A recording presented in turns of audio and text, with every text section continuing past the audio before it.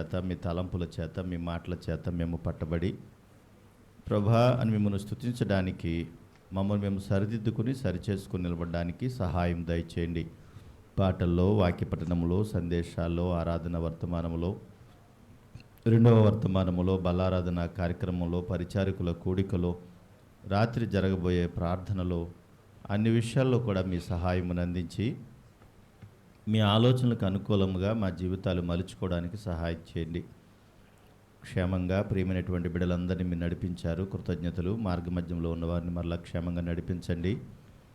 మీ సన్నిధిలో మేము ఉన్నామన్న ఆలోచన కలిగి, విజ్ఞత కలిగిన వారమై నిర్లక్ష్యముగా మేము ప్రవర్తించకుండా, ప్రభువు మా ఎదుట ఉన్నాడన్న సంగతిని గ్రహించి భయముతోనూ, భక్తితోనూ, విశ్వాసముతోనూ మేము మిమ్మల్ని ఆరాధించగలిగేటట్టుగా మీ కృపను మాకు అనుకూలపరిచి మీరు మహిమ పొందమని కోరుతూ, మా ప్రభువును మా రక్షకుడును యేసుక్రీస్తు వారి పరిశుద్ధ నామములో స్తుతించి ప్రార్థించి అడిగి పొందుకుని ఉన్నాము తండ్రి. ఆమేన్. నీవుంటే నాకు చాలు యేసయ్యా, నీ వెంటే నేను ఉంటానేసయ్యా. నీవుంటే నాకు చాలు యేసయ్యా, నీ వెంటే నేను ఉంటానేసయ్యా. నీ మాట చాలయ్యా, నీ చూపు చాలయ్యా, నీ తోడు చాలయ్యా, నీ నీడ చాలయ్యా. నీ మాట చాలయ్యా, నీ చూపు చాలయ్యా, నీ తోడు చాలయ్యా, నీ నీడ చాలయ్యా. నీ ఉంటే నాకు చాలు యేసయ్యా, నీ వెంటే నేను ఉంటానేసయ్యా. ఎన్ని బాధలున్నను, ఇబ్బందులెదురైనను,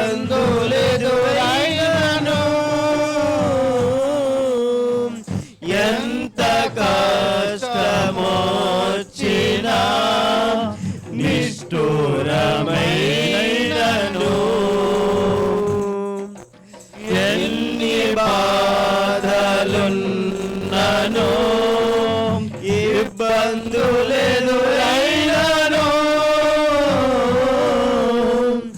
ఎంత కష్టమొచ్చినా నిష్ఠూరమైనను, నీ మాట చాలయ్యా, నీ చూపు చాలయ్యా, నీ తోడు చాలయ్యా, నీ నీడ చాలయ్యా. నీ మాట చాలయ్యా, నీ చూపు చాలయ్యా, నీ తోడు చాలయ్యా, నీ నీడ చాలయ్యా. నీ ఉంటే నాకు చాలు యేసయ్యా, నీ వెంటే నేను ఉంటానేసయ్యా. నీ ఉంటే నాకు చాలు యేసయ్యా, నీ వెంటే నేను ఉంటానేసయ్యా. బ్రతుకునా పగిలినా, కడలి పాలైనను, అలలు ముంచి వేసిన, ఆశలు అనగారిన, బ్రతుకునా పగిలిన, కడలి పాలైనను, అలలు ముంచి వేసిన, ఆశలు అనగారిన. నీ మాట చాలయ్యా, నీ చూపు చాలయ్యా, నీ తోడు చాలయ్యా, నీ నీడ చాలయ్యా.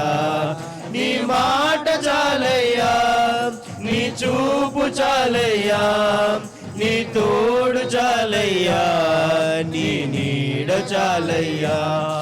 నీ ఉంటే నాకు చాలు యేసయ్యా, నీ వెంటే నేను ఉంటానేసయ్యా. నీ ఉంటే నాకు చాలు యేసయ్యా, నీ వెంటే నేను ఉంటానేసయ్యా. ఆస్తులన్నీ పోయినా అనాథగా మిగిలినా, ఆప్తులే విడనాడినా, ఆరోగ్యం క్షీణించినా, ఆస్తులన్నీ పోయినా అనాథగా మిగిలినా, ఆప్తులే విడనాడినా, ఆరోగ్యం క్షీణించినా, నీ మాట చాలయ్యా, నీ చూపు చాలయ్యా, నీ తోడు చాలయ్యా, నీ నీడ చాలయ్యా. నీ మాట చాలయ్యా, నీ చూపు చాలయ్యా, నీ తోడు చాలయ్యా, నీ నీడ చాలయ్యా. నీ ఉంటే నాకు చాలు యేసయ్యా, నీ వెంటే నేను ఉంటానేసయ్యా. నీ ఉంటే నాకు చాలు యేసయ్యా, నీ వెంటే నేను ఉంటానేసయ్యా. నీకు ఇలలో ఏదియు లేదు అసాధ్యము,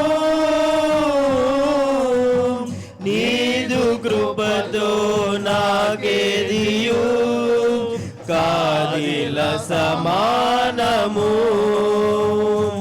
నీకు ఇలలో ఏదియు లేదు అసాధ్యము,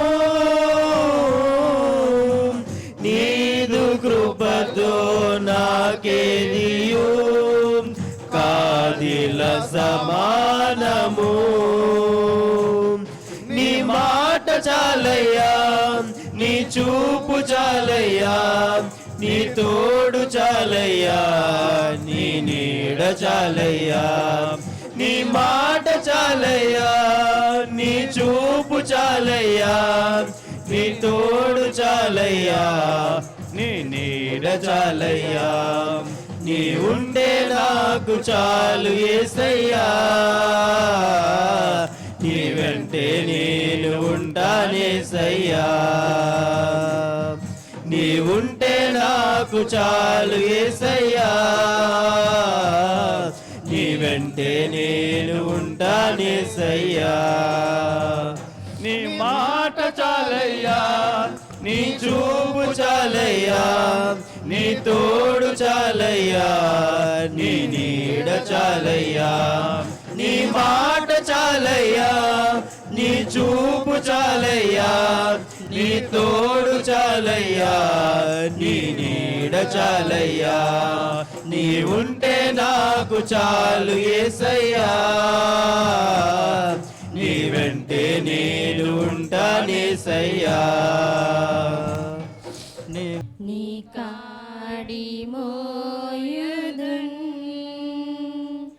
నీదు పాదముల చెంత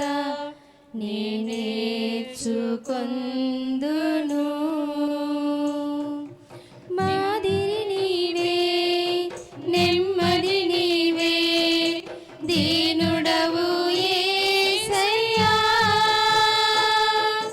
మాదిరి నీవే, నెమ్మది నీవే, దీనుడవు యేసయ్యా. నిన్ను వెంబడించేదా,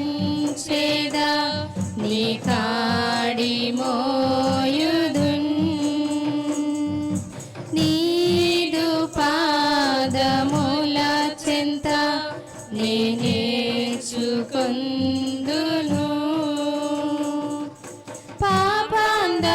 పాపాంధకారంలో నుండి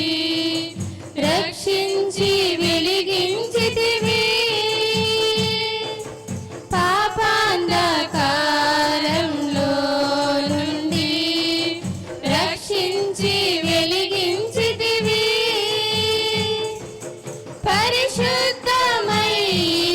పిలుపుతో నీ వెంబడి రమ్మంటివి.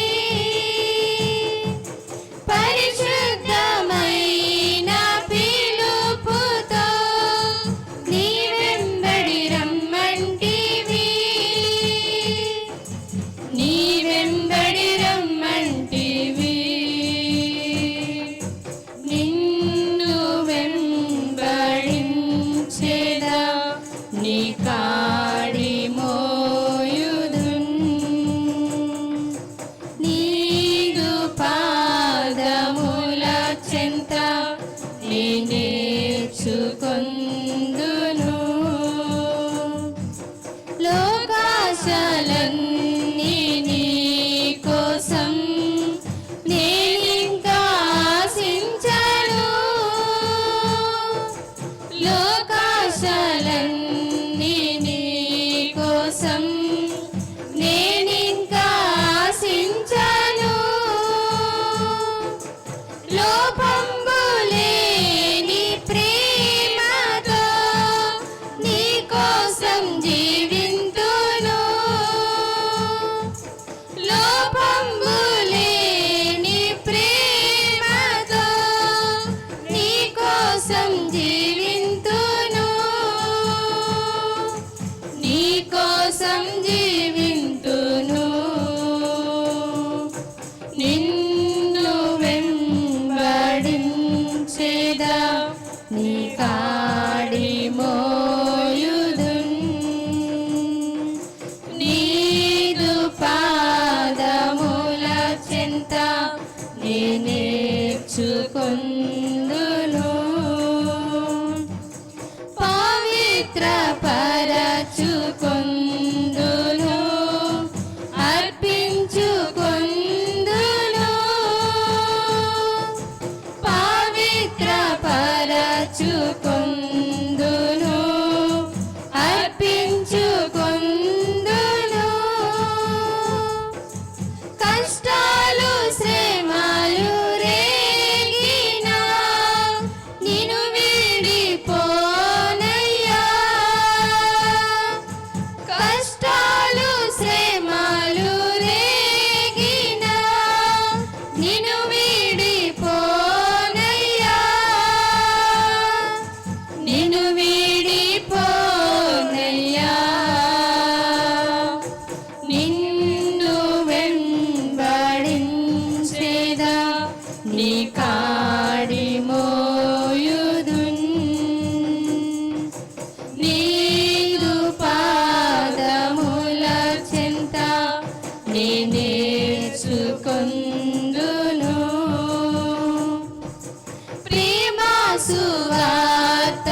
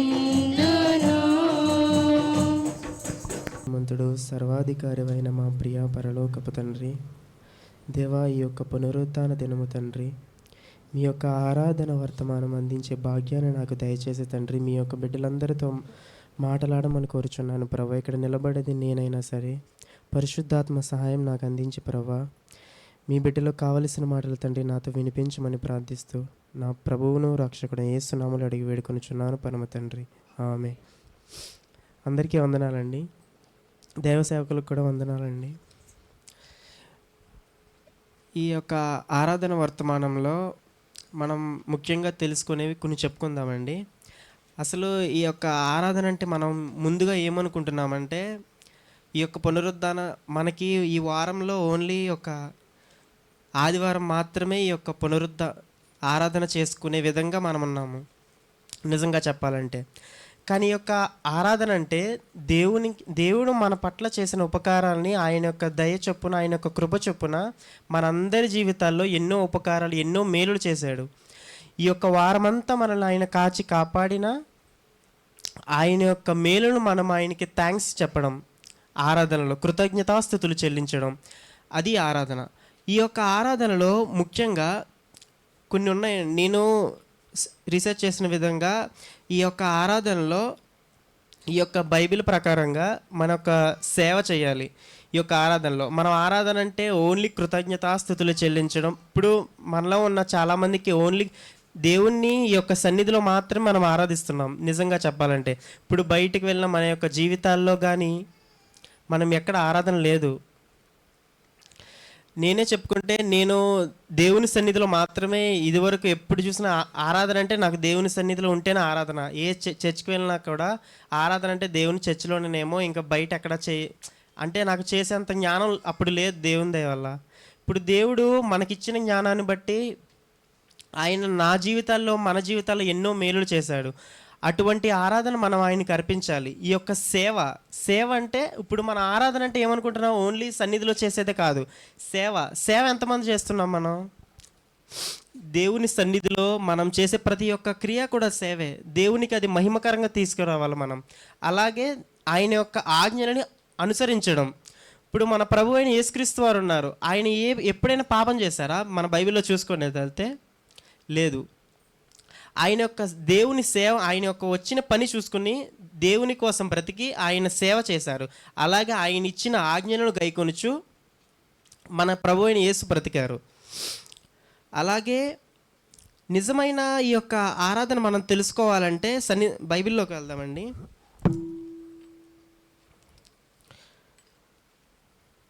కీర్తనల గ్రంథం 145వ అధ్యాయం 3వ వచనం చూసుకుందామండి. యెహోవా మహాత్యము గలవాడు, ఆయన అధిక స్తోత్రము నొందదగినవాడు, ఆయన మహాత్యము గ్రహింప సఖ్యము కానిది. చూసారా ఇది? యెహోవా మహాత్యము గలవాడు అంటే ఎన్నో ఆశ్చర్య కార్యాలు చేసే మన దేవుడు. మన ఆలోచన ఎలా ఉంటుందంటే, దేవుడు అంటే మనతో ఉండే మనుషుల్లాగా ఉంటారని మనం ఆలోచన. కానీ ఆయన ఎన్నో ఆశ్చర్యకార్యాలు మన జీవితాల్లో అన్నీ చేశారు. ఆయన ఆశ్చర్యకార్యాలు, ఆయన అంత మహాత్యము గలవాడు, అధిక స్తోత్రము నొందదగినవాడు. ఇప్పుడు మనం ఎవరైనా మనకి పెద్దవాళ్ళు ఏం చేస్తాం, ఆయన మనం గణపరుస్తాం. అంటే నువ్వు చాలా గొప్పోడివి, నువ్వు చాలా మంచోడివి అలా చెప్తాం. కానీ యాక్చువల్గా మనం స్తుతించాల్సింది, మనం స్తోత్రించాల్సింది ఎవరినంటే మన ప్రభు అయిన దేవుణ్ణి. నిజమే కదండి? మన ప్రభు అయిన దేవుడు అధిక స్తోత్రము నొందదగినవాడు. ఎందుకంటే ఆయన మనల్ని పుట్టించి మనల్ని పెంచుతూ చిన్నప్పటి నుంచి ఇప్పటి వరకు ఆయన కృపలో మనల్ని కాచి కాపాడాడు. అందుకు మనం ఆయనకి ఆరాధన చెల్లిస్తూ, ఆయనకి లోబడుతూ, ఆయన యొక్క ఆజ్ఞలను గైకొనుచూ ఉండాలి. ఆయనకి ఇష్టం లేని పని మనం చేయకూడదు నిజంగానే. ఇప్పుడు మన ఆరాధన ఎలా ఉండాలంటే ఉచ్చరింప సఖ్యము కానీ మూలుగులతో ఉండాలి. అంటే ఇప్పుడు ఉచ్చరింప సఖ్యము కానీ మూలుగులతో ఎలా అంటే, మీకు సందర్భం చెప్తా. ఇప్పుడు నేను పనిచేసే హాస్పిటల్లో నాకు అసలు ఒకరోజు బాగాలేదు, అసలు హెల్త్ అసలు బాగాలేకపోయినా ఆయన ఇంట్లో ఎవరికి చెప్పలా. ఇప్పుడు బయట ఉంటాం కాబట్టి ఇంట్లో ఏమన్నా చిన్న చెప్తే అసలు కంగారు పడతారని నేను మా ఫ్రెండ్ బయట డ్యూటీ చేసుకుంటూనే అసలు హెల్త్ బాగాలేకపోయినా నైట్ డ్యూటీ చేయమన్నారు. అప్పటికి చెప్పా ఇంకా నైట్ డ్యూటీ చేయలేను, ఇంకా నేను నా వల్ల కాదంటే అప్పుడు నేను ప్రార్థన చేసుకున్నా, తండ్రి నేను అప్పటికి నాకు మనీ కొంచెం నీడ్లో ఉంది, వాళ్ళు మనీ చేసినందుకు మనీ ఇస్తారు. ప్రభువా, నేను ఇలా డ్యూటీ చేయాలనుకుంటున్నా, నాకు మనీ ఒక అవసరమే తండ్రి, కానీ ఆరోగ్యం కూడా బాగాలేదు ప్రభువా, మీ యొక్క సహాయం చేయండి తండ్రి, మీరు నాతో మాట్లాడిన తండ్రి, ఇంకొకసారి మాత్రం మళ్ళీ నాకు కాల్ వస్తే నేను నిజంగా నీవు నాకు ఇచ్చిన ఆజ్ఞ అనుకుని వెళ్ళి నేను వెళ్తాను ప్రభు అనుకున్నా. అలాగే నిజంగా మళ్ళీ కాల్ చేశారు వాళ్ళు. ఇంకా అనుకున్నా, తండ్రి నీవే నాకు దయచేసావు తండ్రి ఈ డ్యూటీనని. నేను డ్యూటీకి వెళ్ళా.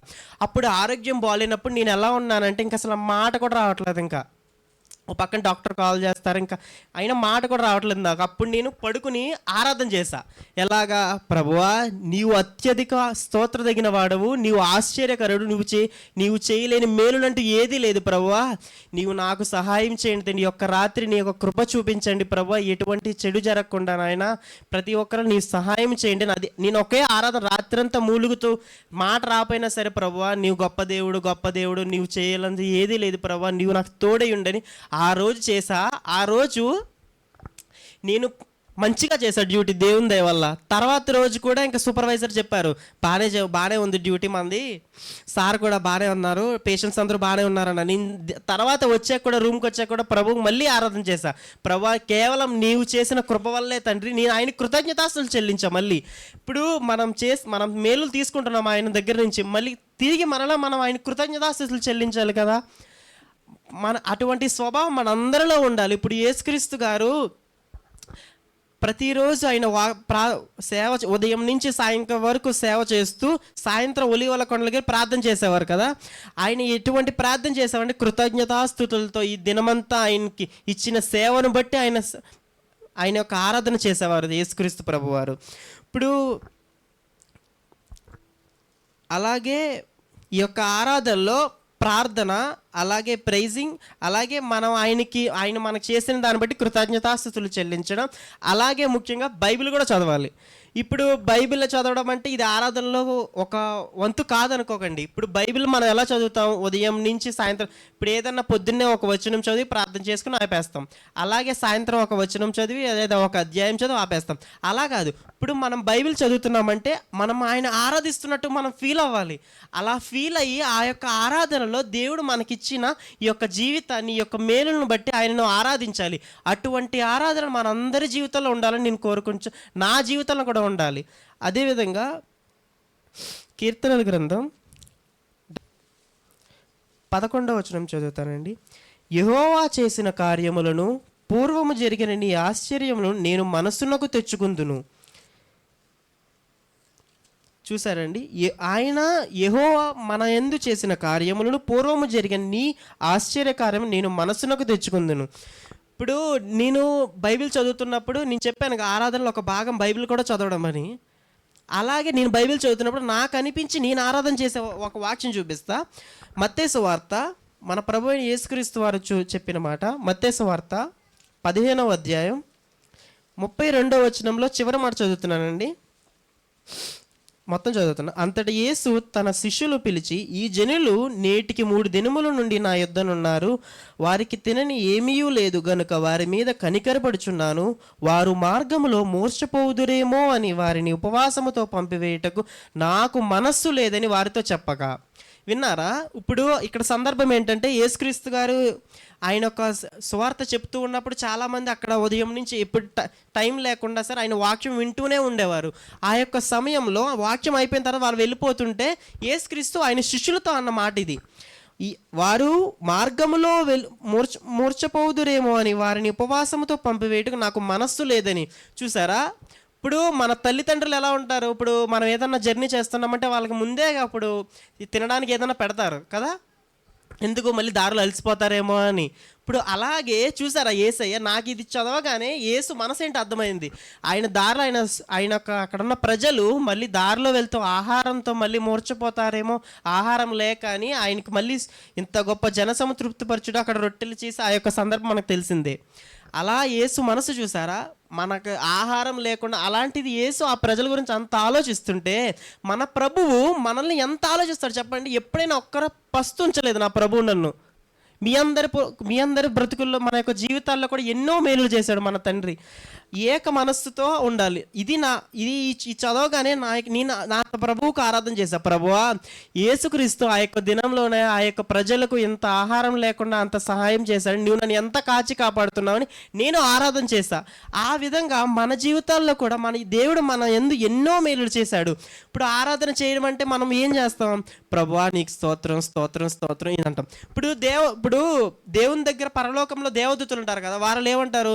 యెహోవా పరిశుద్ధుడు, దేవుడు పరిశుద్ధుడా పరిశుద్ధుడు, ఇదే అంట దేవునికి స్తుతులు చెల్లిస్తారు. ఇప్పుడు వాళ్ళకి దేవదూతలుగా యేసుక్రీస్తు దేవుడి దగ్గర వాళ్ళు ఉండే దేవదూతలు. అలాగే మనం దేవదూతల కన్నా ఎక్కువ ఆరాధన చేయాలి. ఎలాగా? ఆయన యొక్క వ్యక్తిత్వం మన యొక్క జీవితాల్లో ఇప్పుడు దేవదూతలకు ఉన్నట్టు మనం లేము. మనల్ని దేవుడు ప్రత్యేకించపరచడని మనం వాక్యంలో చూస్తూ ఉంటాం. అటువంటి మన ప్రత్యేకింపబడిన వారముగా మనం ఉండే ఆయన మన జీవితంలో చేసిన ప్రతి ఒక్క మేలును ఓన్లీ ఆరాధించడం అంటే స్తోత్రం చెప్పడం కాదు. ఇప్పుడు జరిగింది కదా ఇప్పుడు వాక్యం, ప్రభువా నేను పాటలు పాడడానికి నేను ప్రతిరోజు ఎప్పుడు పాట పాడినా సరే ముందు అనుకుంటా, ప్రభువా నువ్వు గొప్ప దేవుడు కదా, నేను పాట పాడినా ఏం చేసినా సరే వాక్యం చెప్పినా ఏదైనా సరే, ప్రభువా నీ వాక్యం చెప్పిన తండ్రి నీకు సహాయం చేయి, ప్రభువా నువ్వు గొప్ప దేవుడు కదా, నీకు అసాధ్యమైనదంటూ ఏదీ లేదు. అది ప్రతి సమయంలో అదే అనుకుంటాను నేను. అలాగే ఆయన మన జీవితాల్లో మనకి వ్యక్తిత్వాన్ని బట్టి మన జరిగిన సందర్భాన్ని బట్టి మనం ఊహించడం కాదు, జరిగిన సందర్భాన్ని బట్టి మనం ఆరాధించాలి. అటువంటి ఆరాధికులుగా మనం ఉండాలని నేను కోరుకుంటూ ఈ యొక్క మాటలు ముగిస్తున్నానండి. మా ప్రభువా తండ్రి, మీకే కృతజ్ఞతాస్తుతులు తండ్రి. నీవు చేసి మేలులు ఎన్నో ఉన్నాయి తండ్రి. మీ యొక్క కృప చూపించి తండ్రి ఈ యొక్క దినాన్న మీ యొక్క బిడ్డలతో తండ్రి ఈ యొక్క ఆరాధన వర్తమానం అందించడానికి సహాయం చేశావు ప్రభువా. అందుని బట్టి కృతజ్ఞతాస్తుతి మహిమ ఘనత మీకే చెల్లించుకుంటూ మా యొక్క ప్రభువును రక్షకుడు యేసు నామములో సమర్పించుకుంటున్నాము తండ్రి. ఆమేన్. మీ దయాపూర్వక సంకల్పాన్ని బట్టి మరలా ఈ ఉదయకాల సమయము మిమ్మల్ని ఆరాధించడానికి ఇచ్చిన కృప కొరకు స్తోత్రములు. ఆరాధన వర్తమానంలో కుమారుని నిలబెట్టుకుని తన అనుభవాలు మిమ్మల్ని ఆరాధించుటలో ఉండే సంతోషాన్ని మరొకసారి జ్ఞాపకం చేశారు. కృతజ్ఞతలు. కుమారుని ఇంకను బలపరిచి నీ కృపలో వాడుకోనండి తండ్రి. ఈ 2వ వర్తమానములో తెస్సలోనిక పత్రికని మేము ధ్యానిస్తూ ఉన్నాం. దైవికమైన చక్కటి ఆలోచనలతో మేము నింపబడి మీకు లోబడి మీ నామాన్ని ఘనపరుస్తూ మంచి ఆరాధికులుగా మేము ఉండులాగున మీ కృపా సహాయం చేత మమ్మల్ని నింపమని కోరుతూ క్రీస్తు యేసు పరిశుద్ధ నామాన్ని అడిగి వేడుకొనుచున్నాము తండ్రి. ఆమేన్. మంచిది, మనందరము కలిసి తెస్సలోనిక పత్రికను ధ్యానిస్తూ ఉన్నాము. తెస్సలోనిక రాసిన మొదటి పత్రిక 1వ అధ్యాయాన్ని మనం జ్ఞాపకం చేసుకుంటున్నాం. ఈ 1వ అధ్యాయము 1 నుండి 10 వచ్చిన భాగాలలో అపోస్తులైన పౌలు తెస్సలోనిక సంఘాన్ని అభినందిస్తూ వారికి అనేకమైనటువంటి విషయాలలో వారు ఎంత గొప్ప స్థాయిలోనికి వెళ్ళారో ఆ విషయాలు జ్ఞాపకం చేస్తూ వారిని అభినందిస్తూ చెప్పుకొచ్చాడు. అది మనం ధ్యానించాము. ఈ తిరిగి 2వ అధ్యాయంలోనికి ఈరోజు మనం ప్రవేశిస్తున్నాం. 2వ అధ్యాయంలో ఈ 2వ అధ్యాయంలో మొదటి వచ్చిన భాగం నుండి కూడా చదివితే కొన్ని విషయాలు మనల్ని కూడా ఆలోచింపచేస్తాయి. ఎందుకు పౌలు గారు ఇలా మాట్లాడుతున్నారు అనే విషయాలు మనము కూడా ఆలోచించాలి. ఎందుకంటే సర్వసాధారణంగా సంఘ సహవాసము చాలా విచిత్రంగా ఉంటుంది. ఇది లోకస్తులకు అర్థం కాదు. సంఘము యొక్క సహవాసము, ప్రేమ, క్రీస్తు రక్తము చేత కొనబడినటువంటి సంఘమని, మీరు విలువ పెట్టి కొనబడిన వారని యేసుక్రీస్తు ప్రభువారు చెప్పిన మాటలు, అపోస్తులైన పౌలు గారు చెప్పిన మాటలు విన్నప్పుడు సంఘం యొక్క ప్రాముఖ్యత ఎవరికి అర్థం కాదు. ఎఫెసీ పత్రికలు ధ్యానించినప్పుడు కూడా సంఘమును గూర్చి సంఘము ఒక మర్మము అని తెలియజేశాడు. మర్మం అంటే రహస్యమైనదే కదా. కనుక పౌలు గారి ద్వారా ఆ మర్మాన్ని దేవుడు బయలుపరిచి దాని యొక్క ప్రాముఖ్యత, దాని యొక్క విలువ మనకు అర్థమయ్యేటట్టుగా చేశాడు. ఇది మనం తెలుసుకోవాల్సినటువంటి విషయాలు. కనుక ఆ విషయాలు తెలియనప్పుడు లోకము పలు రకాలుగా మాట్లాడుతూ ఉంటుంది. అసలు సంఘంలో మనం ఎందుకున్నామో, ఈ సంఘ సహవాసంలోకి ఎందుకు వచ్చామో, ఎక్కడో బ్రతుకుతున్నటువంటి మనము ఈ సంఘంలోనికి ఎలా ప్రవేశించాము అనే విషయాలు కూడా మనము ఆలోచించుకుంటే చాలా వరకు మనకు కూడా అర్థమవుతాయి. ముసుకేసుకోమ్మా. కనుక ఈ విషయాలు గ్రహించడానికి పౌలు గారు కొన్ని సంగతులు చెబుతూ ఆయన మరలా తన గురించిన విషయాలు కూడా చెప్పుకోవాల్సిన పరిస్థితి వచ్చింది. 2వ అధ్యాయం 1వ వచనంలో నేను చదువుతాను, చక్కగా మనం విందాం. సహోదరులారా, మీ యొద్ద మా ప్రవేశము వ్యర్థము కాలేదు కానీ మీరు ఎరిగినట్టే మేము ఫిలిప్పీలో ముందు శ్రమపడి అవమానము పొంది ఎంతో పోరాటముతో దేవుని సువార్తను మీకు బోధించుటకై మన దేవుని యందు ధైర్యము తెచ్చుకుంటామని మీకు తెలియను. ఈ తెస్సలోనిక పత్రికతో ఆ సంఘ సహవాసంలో ఉన్నటువంటి వారితో మాట్లాడుతూనే సహోదరులారా అని సంబోధిస్తున్నాడు. అక్కడ ఏమని చెప్పాడు ప్రసన్న బాబు? ఏమని రాయబడింది అక్కడ? సహోదరులారా అంటే ఒక ఉన్నతమైనటువంటి దైవ సేవకుడు సంఘంలో ఉన్నటువంటి ప్రియమైన విశ్వాసులను, మిగిలిన వారిని అందరినీ ఎలా సంబోధిస్తున్నాడు? సహోదరులారా అంటున్నాడు. సహోదరులారా అనేటువంటి భావం సంఘాలలో మాత్రమే ఉంటుంది. సంఘాలలో ఉంటుంది, బయట ఉండదు. బయట అందరూ కూడా ఒక స్థాయిని, ఒక పొజిషన్ మెయింటైన్ చేస్తారు. అంటే నువ్వు ఇది స్థాయి, నువ్వు ఇది స్థాయి, నువ్వు ఈ స్థాయి అని, నాది పై స్థాయి, నీది క్రింది స్థాయి అని ఒక స్థాయిని, ఒక పొజిషన్ వాళ్ళు మేనేజ్ చేస్తూ ఉంటారు. అయితే దేవుని సంఘములో అలాంటి భేదాభిప్రాయాలు ఏమీ లేవు. అందరూ ఎవరు? క్రీస్తునందు అందరూ ఎవరు? మీరు మాట్లాడాల. ఎవరు? అందరూ ఎవరు? స్త్రీలు అయితే అందరి క్రీస్తునందు అందరూ సహోదరులు, పురుషులైతే అందరూ సహోదరులు. క్రీస్తునందరూ అందరూ కూడా సంఘం అనగానే ఒక కుటుంబం. సంఘం అనగానే కుటుంబం. ఇక్కడ కులమత భేదాలకు అవకాశమే లేదు, అస్సలు లేదు. కనుక ఆయన ఆ భేదాభిప్రాయాలు పక్కన పెట్టి తన యొక్క గొప్పతనాన్ని చాటి చెప్తే అపోస్తలుడు, మంచి బోధకుడు, మంచి ఉపదేశకుడు, ఒక మంచి ప్రవక్తగా కూడా ఉన్నటువంటి వాడు, అన్నిట్లోనూ కూడా బాగా చదువుకున్నవాడు, పాండిత్యం కలిగిన వాడు ఎవరైనా అంటే పౌలు గారు. అయినప్పటికీ కూడా వాళ్ళు ఏమంటున్నాడు? సహోదరులారా అంటాడు. చూడండి, ఏ స్థాయి నుంచి ఏ స్థాయికి దిగి మాట్లాడుతూ ఉన్నాడు. కనుక సహోదరులారా, మీ యొద్ద మా ప్రవేశము వ్యర్థము కాలేదు అన్నాడు. వాళ్ళ యొద్ద వీళ్ళ ప్రవేశం అంటే ఎలా జరుగుతుంది? అది ప్రవేశం అంటే లోపలికి ప్రవేశించటం. ఒకప్పుడు మనం ఎక్కడ ఉండేవాళ్ళం? లోకమందు ఉండేవాళ్ళం. లోకములో నుండి మనం కూడా ప్రవేశించాం. ఎక్కడికి ప్రవేశించాం? ఆయన సన్నిధిలోనికి, ఆయన మందిరంలోనికి మనం ప్రవేశించాం. మనకెలాగ ప్రవేశం కలిగింది? ప్రవేశం కలిగింది అమ్మా? ఎలా ప్రవేశం కలిగింది? దేవుని యొక్క కృపచేత ఎవరో సువార్త అందించగా కొంతమంది ఇక్కడికి వస్తే, ఇక్కడ సువార్త దొరికి, ఇక్కడ యొక్క వాక్యాన్ని విని కొంతమంది మరలా ప్రవేశము పొందారు. అలాగ మా ప్రవేశము మీ యందు వ్యర్థము కాలేదంటే, మేము మీ దగ్గరికి వచ్చేటప్పుడు, తెస్సలోనిక సంఘంతో చెప్తున్నాడు, మేము మీ దగ్గరికి వచ్చేటప్పుడు మీకు ఏ విషయాలు తెలిసినా తెలియకపోయినా మేము మాత్రం సువార్త పట్టుకుని మీ దగ్గరికి వచ్చినప్పుడు, మేము ఫిలిప్పీలో ముందు శ్రమపడ్డాము. సువార్తను పట్టుకుని వచ్చే అపోస్తుల కార్యములు 16 ఉంటాయి మాటలు, మనం చదవనవసరం లేదు. కనుక ముందు మేము ప్రవేశించినప్పుడు అక్కడ మేము చాలా సువార్త మీకు అందించేటప్పుడు చాలా శ్రమలు పడ్డాం. మీరు ఎరిగినట్టే అంటే ఈ విషయాలు మీకు తెలుసు అంటున్నాడు. మీరు ఎరిగినట్టే అంటే ఈ విషయాలు మీకు తెలుసు. మేము అక్కడ అవమానించబడ్డాం. ఎంతో పోరాటముతో దేవుని సువార్తను మీకు బోధించుటకు మేము ధైర్యం తెచ్చుకున్నాం అంటున్నాడు. అంటే సువార్త ప్రకటించడానికి ఒక పెద్ద పోరాటమే చేయాలి. చేయాలా వద్దా? చెప్పండి, చేయాలా వద్దా? చేయాలి, ఖచ్చితంగా పోరాటం చేయాలి. ఏదైనా ఒక స్టోరీ చెప్పడానికి ఏమైనా పోరాటం చేయాలా అంటే ఏమీ అవసరం లేదు. కానీ దేవుని సువార్త చెప్పడానికి పెద్ద పోరాటమే చేయాలి. మనకి తెలియని వ్యక్తులకి సువార్త అందించాలంటే చాలా బాగా అందించగలుగుతాం, కానీ మన ఇంట్లో వాళ్ళకి అందించడం చాలా చాలా కష్టం అయిపోద్ది. అది పెద్ద పోరాటమే చేయాల్సి వస్తుంది. మీరు ఎప్పుడైనా ట్రై చేసి చూడండి. మీరు బాగా మీకు చనువున్నటువంటి బిడ్డలతో మీరు సువార్త అందించి చూడండి, మీరు వారికి సెపరేట్ అయిపోతారు. ఇప్పటి వరకు నువ్వు కలిసి ఉన్నావు కాబట్టి నీకు చెప్పాను, ఇప్పుడు మళ్ళీ ఇంకోసారి ఊసెత్తావు అనుకో, మరలా ఇది అన్నావు అనుకో, ఇక నీకు నాకు సంబంధం లేదని విడిపోయే పరిస్థితులు కూడా ఉంటాయి. అందుకే ప్రభు అన్నాడు, నేను మీ మీద అగ్ని పెట్టడానికి వచ్చాను. మీకు నిప్పులు కుంపట పెట్టడానికి వచ్చాను అన్నాడు ఆయన. ఎందుకు అంటే సమాధానం ఇక్కడ ఉన్నప్పుడు అక్కడ అసమాధానం ఉన్నప్పుడు సమాధానాన్ని స్వీకరించే మనసు వాళ్ళకు ఉండదు. అందుకే ఇంట్లో వాళ్ళకి చెప్పలేను, చూడండి మీ కొడుకు మీకు బోధించుటకై మన దేవుని యందు ధైర్యము తెచ్చుకుంటామన్నాడు. ధైర్యాన్ని తెచ్చుకున్నాము. నీ విశ్వాసం ఎక్కడ బయటపడుతుందో తెలుసా? సువార్తను ప్రకటించినప్పుడు. ఎక్కడ బయటపడద్ది?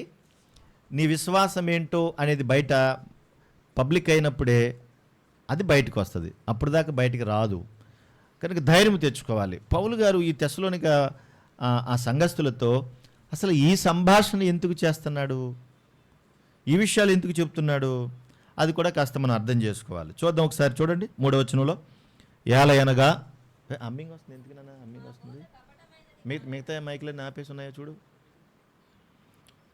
ఏలయనగా మా బోధ గపటమైనది కాదు, అపవిత్రమైనది కాదు, మోసయుక్తమైనది కాదు గాని సువార్తను మాకు అప్పగించుటకు యోగ్యులమని దేవుని వలన ఎంచబడిన వారమై మనుషులను సంతోషపెట్టువారము కాక మన హృదయములను పరీక్షించు దేవునినే సంతోషపెట్టువారమై ఉన్నాము. మీరెరిగి ఉన్నట్టు మేము ఇచ్చకపు మాటలైనను ధనాపేక్షను కప్పిపెట్టు వేషమనైన ఎన్నడను వినియోగించలేదు, ఇందుకు దేవుడే సాక్షి అంటాడు. ఈ 5వ చరణంలో మీరెరిగి ఉన్నట్టు అనే పదాన్ని ఉపయోగించాడు. మీరెరిగి ఉన్నట్టు అంటే ఇక్కడ ఏం జరుగుతుందనంటే అపోస్తలుడైన పౌలు గారు తెస్సలోనిక సంఘానికి సువార్తను అందించి వారిని ఒక ఉన్నతమైనటువంటి స్థితిలోనికి నడిపించడానికి ప్రయాసపడుతూ ఉంటే ఆ సంఘం అభివృద్ధి పొందింది. ఎందుకంటే మనం 1వ అధ్యాయంలో చదువుకున్నాం కదా, ఆ సంఘం అభివృద్ధి పొందింది, చాలా బాగుంది, క్రమంగా ఉంది. వాళ్ళు చేస్తున్న పనులు చూసి నిజంగానే పౌలు గారు కూడా చాలా ఆనందపడ్డాడు. క్రీస్తుని పోలు నడుచుకున్నారు, సేవకుని పోలు నడుచుకున్నారు. అంతేకాదు వారు ఇంతకుముందు ఎలాగైతే జీవించారో ఆ పాత జీవితాన్ని అంతటినీ కూడా విడిచిపెట్టేశారు. కాబట్టి ఇవన్నీ చూసి పౌలు గారు ఆనందించాడు. మరి ఇదంతా ఎందుకు చెప్పాల్సి వస్తుంది అని అంటే సంఘానికి వెలుపలున్నవారు, సంఘానికి బయట ఉన్నవారు పౌలు గారి యొక్క క్యారెక్టర్ మీద దాడి చేస్తున్నారు. సంఘానికి బయట ఉన్నవారు దేవుని సేవకుణ్ణి ఇబ్బంది పెడుతూ అది అబద్ధము కల్పితమని చెప్పడానికి ప్రయత్నం చేస్తూ సంఘాన్ని పాడు చేయడానికి ఇబ్బందులు పెడుతున్నారు వాళ్ళు. నేను ఎలాంటి వాడిని, నేను ఏ విధమైన వాడిని, మేము చేసే బాధ ఏంటి అని పౌలు గారు మరలా వివరణ ఇచ్చుకోవాల్సి వచ్చింది. మన మీద కూడా ఇలాంటి దాడి జరుగుతుంది కదా, జరగట్లేదా? అప్పుడప్పుడు మనతో మాట్లాడుతూ మీ పాస్టర్ ఎలాంటిదో తెలుసా, మీ సంఘం ఎలాంటిదో తెలుసా, మీ విశ్వాసం ఎలాంటిదో తెలుసా, ఇలాంటి దాడి మనకు జరగట్లేదా? మన కళ్ళెదురుగుండా ప్రతిరోజు జరుగుతుంది.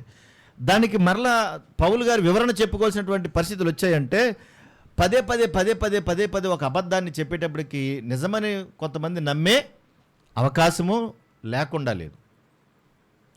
కనుక అలాంటి వారు అపార్థం చేసుకుంటారేమన్న ఉద్దేశంతో పౌలు గారు మీకు సువార్త ఎలా వచ్చింది, మీరు ఎలా ప్రవేశించారు, మేము ఎలా వచ్చామో మీకు వాక్యాన్ని ఎలా చెప్పాం, అసలు మేము ఏం చేస్తున్నాం అనే విషయాలు చెప్పడానికి ప్రయత్నం చేస్తున్నాడు. మరి ఇది అవసరం అంటే కొన్నిసార్లు తప్పనిసరి పరిస్థితులు మనం ఏంటో చెప్పుకోవాల్సిన కర్మ అనాలి, ఇంక దాన్ని చెప్పుకోవలసిన గతి అనాలి. ఎందుకంటే మనల గురించి బాగా తెలుసున్న వాళ్ళు కూడా మనల్ని అపహాస్యం చేస్తూ, మనల్ని అపార్థం చేస్తూ, మన మీద లేనిపోది నిందలు మోస్తూ దేవునికి సంఘానికి దూరం చేయాలని చాలా ప్రయత్నాలు జరుగుతూ ఉంటాయి. ఇందులో అపవాదం ఉంటాడు బాగా. అలాగ అపార్థం చేసుకుని కొంతమంది ఏం చేశారంటే సంఘాన్ని విడిచిపెట్టి వెళ్ళిపోయిన వాళ్ళు కూడా ఉన్నారు. ఇప్పుడు ఈ బోధన గురించి మేము ధైర్యం తెచ్చుకున్నాం, దీనికోసం మేము పోరాటం చేసాం, దీనికోసం మీకు అన్ని విషయాలు తెలుసు కానీ చెప్పుకోవాల్సి వస్తుంది అని పౌలు గారు మాట్లాడుతున్నాడు. చాలా బాధ అనిపిస్తుంది నాకు కూడా ఇలాంటి విషయాలు చెప్పేటప్పుడు. మన గురించి మన కళ్ళెదురుగుండా మన జీవితం కనబడుతున్నప్పుడు మరలా నేను ఇలాంటి చెప్పుకోవాల్సిన కర్మ ఏంటి? ఎవడో బయటోడు చెప్తే మనం వినేది ఏంటి? అసలు నీ ఇంటి విషయం బయటోడు చెప్పాలా? ఇది చాలా చిన్న విషయం కాదు, చాలా సీరియస్ ఇష్యూ. నీ ఇంట్లో విషయాలు నీకు తెలుస్తాయి, మంచి చెడ్లు నీకు తెలుస్తాయి. బయటోడు వచ్చి మరలా నీకు తెలుసా అని వాడంటే మనం నమ్మేసి మన కుటుంబాన్ని మనం ఎప్పుడూ పాడు చేసుకోకూడదు. చాలా తప్పు కూడా అది. అందుకని పౌలు గారు తన యొక్క ఎక్స్ప్రెషన్ అంతా కూడా చెబుతున్నాడు. చూడండి అక్కడ 3వ వచనంలో ఏలయనగా మా బోధ అంటున్నాడు. దీనికి మీకు టైటిల్ పెట్టుకుంటే హితబోధ అని టైటిల్ పెట్టుకోండి. ఒకవేళ మీరు పెట్టుకుంటే హితబోధ అని పెట్టుకోండి. హితబోధ. పౌలు గారు తన యొక్క ఉద్దేశాలను గురించి మాట్లాడుతూ తన యొక్క సంగతులు చెప్తూ ఏమంటున్నాడు ఆయన అంటే, మా బోధ ఎలాంటిది అనే విషయాన్ని జ్ఞాపకం చేస్తున్నాడు. మా బోధ కపటమైనది కాదు అన్నాడు. బైబిల్ చూడండి, అక్కడ ఉంది, బైబిల్లో చూడండి. మా బోధ కపటమైనది కాదు అన్నాడు. 2 అపవిత్రమైనది కాదు. 3 మోసయుక్తమైనది కాదు. మీరు ఏవేవో మీరు ఆలోచించుకుంటున్నారేమో, దేని గురించో మీరు మాట్లాడుతున్నారేమో, మీకు వచ్చేటువంటి బోధ మీరు చెడ్డదని మీరు అనుకుంటున్నారేమో, కానీ మా బోధలో ఏం లేదు, కపటం లేదండి. బోధలో కపటం ఉంటుందా? ఉండదా? ఏమండి, బోధలో కపటం ఉంటుందా? ఉండదా? ఖచ్చితంగా ఉంటుంది. కపటమైనటువంటి బోధ వేరుగా ఉంటుంది. పౌలు గారు వాక్యం చెప్తూ ఉంటే ఒక సందర్భంలో వాడు అడ్డపడ్డాడు. ఎవరు చెప్పండి? వారు ఆ దీపమందంతటా సంచరించి పాపు అను ఊరికి వచ్చినప్పుడు గారడీవాడు అబద్ధ ప్రవక్త అయిన బరయేసు అని ఒక యూదుని చూచిరి. ఇతడు వివేకము గలవాడై సెర్గి పౌలను అధిపతి వద్ద ఉండెను. అతడు బర్నబాను సౌలును పిలిపించి దేవుని వాక్యము వినగోరెను. దేవుని యొక్క సువార్త చెప్పాలనేటువంటి ఆ సందర్భాన్ని దేవుడు అవకాశం ఇచ్చాడు. సువార్త చెప్పడానికి సిద్ధపడుతున్నాడు. అయితే ఆ ఎలుమ అంటే ఆ అధిపతిని విశ్వాసం నుండి తొలగింపవలనని యత్నము చేసి వారిని ఎదిరించాను. ఎలుమ అను పేరుకు గారడీవాడని అర్థము. ఇతను ఏం చేశాడో తెలుసా? సువార్త చెప్పకుండా అడ్డపడుతున్నాడు. ఎందుకు అడ్డపడుతున్నాడు సువార్త చెప్పకుండా అంటే, అతనికి సువార్త అందిందనుకోండి, అతని యొక్క హృదయం వెలిగించబడుద్ది. హృదయం వెలిగించబడితే వారు మారు మనసు పొందుతారు. మారు మనసు పొందితే వాళ్ళ దగ్గరికి వచ్చేస్తారు, దేవుని దగ్గరికి వచ్చేస్తే వాళ్ళ మూఢనమ్మకాలన్నీ పోతాయి. ఇతనికి రావాల్సిన డబ్బులు రావు. చూసారా, ఇతని వ్యాపారం ఏమైపోద్ది? పడిపోద్ది. అందుకని పౌలు గారు అప్పుడు అతను చేసిన పనికి కోపం వచ్చి, చూడండి 10వ వచనంలో, అతన్ని తేరి చూచి సమస్త కపటముతోనూ సమస్త దుర్మార్గముతోనూ నిండినవాడా, అపవాది కుమారుడా, సమస్త నీతికి విరోధి, నీవు ప్రభు యొక్క తిన్నని మార్గములు చెడగొట్టుట మానవా అంటాడు. అంటే వీడు కలపడం అలా కొంచెం చెడగొడతాడు అనమాట. ఏం చేస్తాడంట? చెడగొడతాడు. ఇతను ప్రార్థనకు రాడు, వచ్చేవారిని కూడా ఏం చేస్తాడు? చెడగొడతాడు. ఒక గ్రూపే తయారు చేస్తాడు. ఆ గ్రూపులో ఒకవేళ ఎవరో మాట వినకపోతే అప్పుడు దాన్ని అక్కడ కులాన్ని తీసుకొస్తాడు. ఎంతైనా కాపోయినా ఎలాంటి వాళ్ళమైనా మనం ఒకటి కదా అంటాడు. దేన్ని తీసుకొస్తాడమ్మా? వీటి నుంచి సౌండ్ అసలు ఎప్పుడూ రాదు. సౌండ్ కులాన్ని తీసుకొస్తాడు. కులాన్ని తీసుకురాగానే ఆటోమేటిక్గా ఏం చేస్తారు? ఎంతైనా మనోడు కదా అంటారు కదా. పాత నిబంధన గ్రంథంలో కూడా ఒక రాజు ఉంటాడు. వాడు ఏం చేస్తాడంటే, ఎంతైనా మనం ఒకటి కదా అని చెప్పేసి వాళ్ళందరినీ తన ఇంపు తిప్పుకుంటాడు. చూసారా, గూడు పుట్టని, దాన్ని కపటం అంటారు దాన్ని. కాబట్టి బోధలో కపటం ఉంటుందంటే కపటం ఉంటుంది. కపట బోధ అనేకులను నాశనం చేయడానికే తప్ప హృదయాలను కట్టడానికి, దేవునిలో కట్టడానికి ఏమాత్రం అది ఉపయోగం ఉండదు. అంతేకాదు, మా బోధ అపవిత్రమైనది కాదు అన్నాడు. ఏం బోధ అది? అపవిత్రమైనది అన్నాడు. అపవిత్రమైనటువంటి బోధ ఎప్పుడవుతుందనంటే, చేయకూడనటువంటి వ్యభిచార సంబంధమైన దేవునికి విరుద్ధమైన క్రియలు చేసినప్పుడు అది అపవిత్రం అవుతుంది. అసలు మేము ఎప్పుడు అలా ప్రవర్తించలేదు మీ దగ్గర, ఎప్పుడు మేము అలా జీవించలేదు మీ దగ్గర, కాబట్టి మా బోధ అపవిత్రమైనది కాదు. పాస్టర్ గారికి 4 పిల్లలున్నా పర్లేదు, కానీ వాక్యం బాగా చెప్తాడు. పవిత్రమా అపవిత్రమా? ఇటు చెప్తున్నా, మీరు చెప్పాలి పెద్దలు. మంచి మాట కూడా హృదయంలోకి ప్రవేశించదు. కనుక మా బోధ అపవిత్రమైనది కాదన్నాడు, మోసయుక్తమైనది అన్నాడు. మోసయుక్తమైనది అంటే బోధలో మోసం అంటే లేని విషయాలు కల్పించి చెప్పి, లేని మాటలు కల్పించి చెప్పి వారిని మోసం చేసి భయంకరంగా వారిని తప్పుదారి పట్టించడం. అందులో యెహోవా సాక్షులు ఉన్నారు, అందులో చర్చ్ ఆఫ్ క్రైస్ట్ ఉంది, అందులో చర్చ్ ఆఫ్ గాడ్ ఉంది, ఇంకా చాలా ఉన్నాయి. దేవునికి భార్య అని ఒక కొత్త టైటిల్ వచ్చింది, మరి చూసారు లేదో కదా. ఇవన్నీ ఏంటంటే మోసపూరితమైనటువంటి బోధలు. ఇవన్నీ మా బోధలో లేవు అంటున్నాడు ఆయన. ఇవన్నీ మా బోధలో లేవు అంటున్నాడు. చూడు, కొరింథీయులకు రాసిన 2వ పత్రిక 4వ అధ్యాయం 2వ వచనం. కొరింథీయులు రాసిన 2వ పత్రిక 4వ అధ్యాయము 2వ వచనం. అయితే వంచనగా బోధింపకయు సత్యమును ప్రత్యక్షపరచుట వలన ప్రతి మనుష్యుని మనస్సాక్షిత మమ్మను మేమే దేవుని సముఖమునందు మెప్పించుకొనుచున్నాము అంటున్నాడు. ఇది కుయుక్తిగా నడుచుకోలేదు, వంచనగా బోధించలేదు అంటున్నాడు. బోధ ఇప్పుడు వంచనగా ఉండకూడదు. మరి ఇవన్నీ గమనించాలంటే ఎవరు గమనించాలా? ఎవరు గమనించాలా? ఇప్పుడు ఇక్కడ ఆహారం దొరకలేదనుకోండి, ఇక్కడ మేకను వదిలేసావు, ఇక్కడ ఆహారం దొరకలేదు, దానికి ఇక్కడ ఆహారం కోసం తిరుగుతుంది, ఇక్కడ దొరకలేదు, అప్పుడు ఏం చేద్ది? ఏం చేస్తుంది?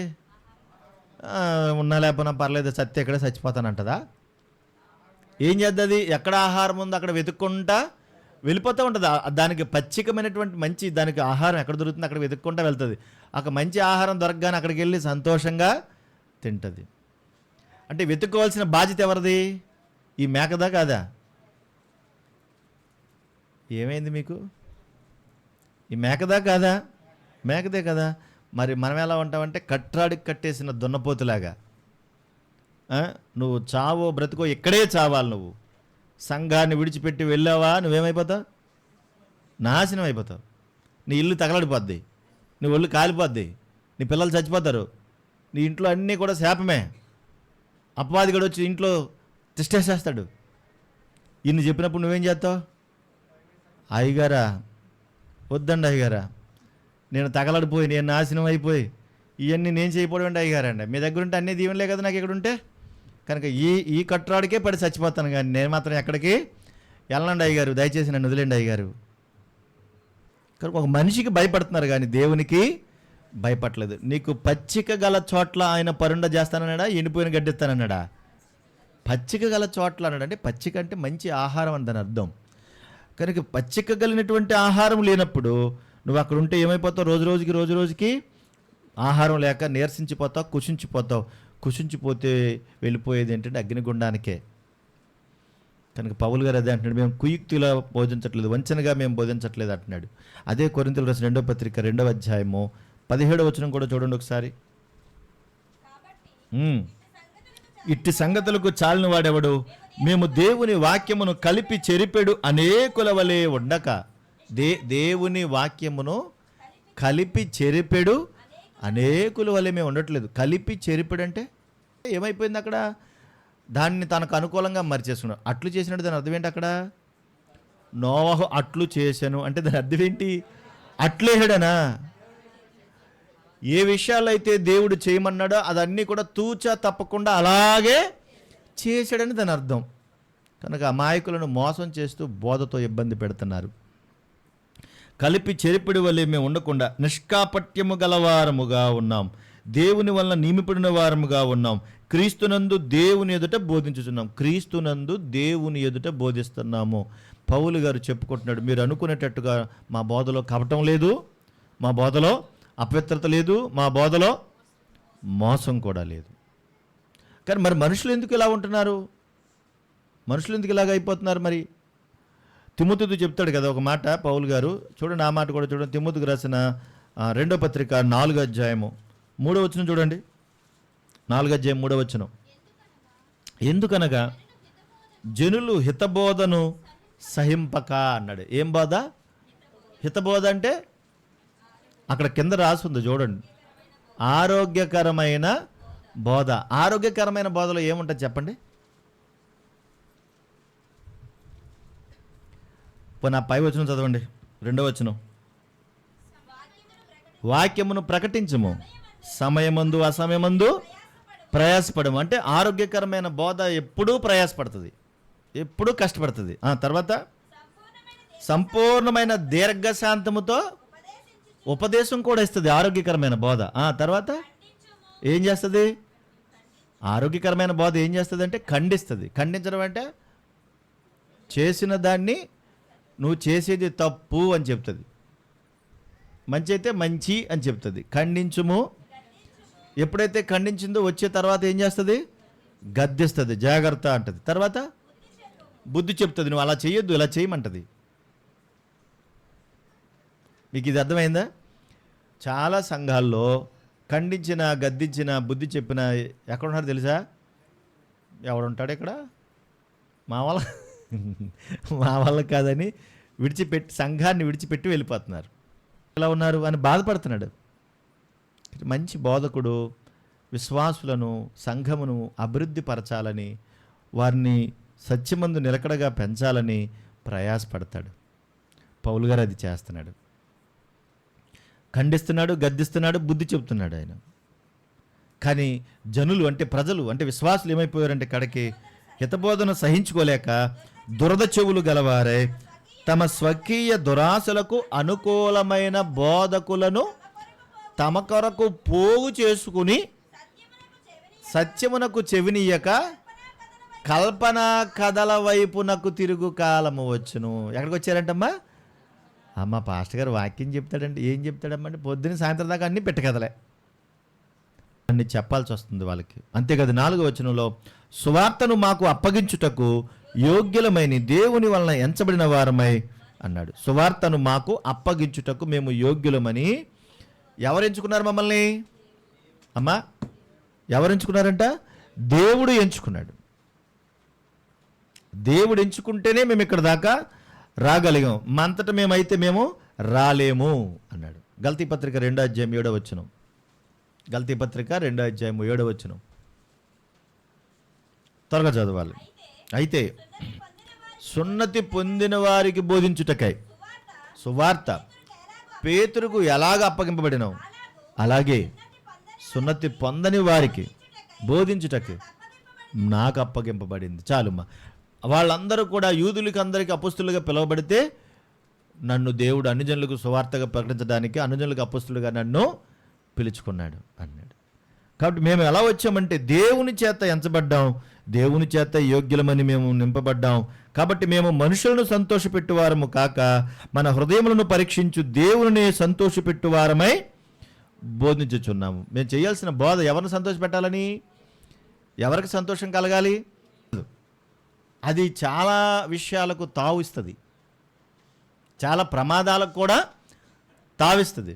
కనుక ఇక్కడ నేను ఏం చెప్పదలుచుకున్నానంటే దేవునినే సంతోషపెట్టువారమై బోధించుతున్నామంటాడు. అంటే మనం ఏ పని చేసినా ఎవరు సంతోషపడాలి? ఆ పక్కోళ్ళ, ఈ పక్కోళ్ళ, వీళ్ళ పక్క. నేను ఈరోజు ఈ మాట చెప్తున్నాను, ప్రభా నువ్వు హ్యాపీయే కదా. నేను ఈరోజు ఈ పాట పాడుతున్నాను, ప్రభా నీకు స్తోత్రం, నీకు సంతోషం కదా.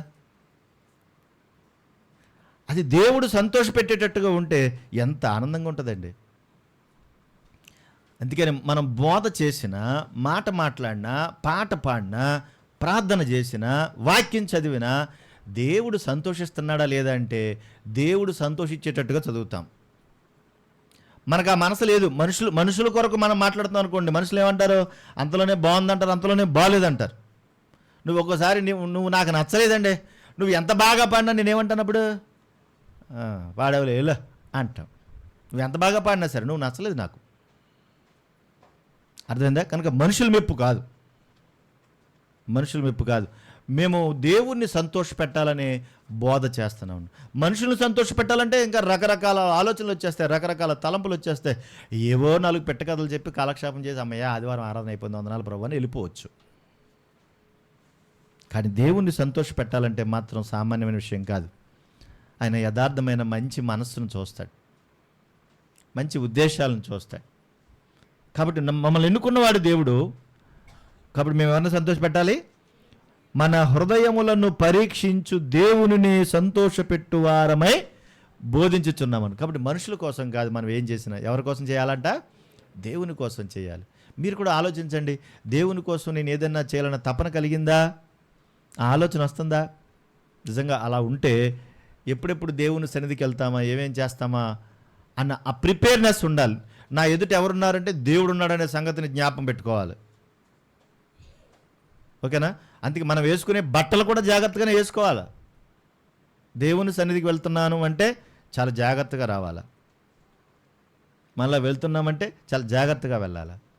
మన ప్రవర్తన, మన ఆకారం, మన ఉద్దేశాలు అన్నీ కూడా దైవికంగా ఉండాలి. ఉండాలా వద్దా? దైవికంగా ఉండాలి.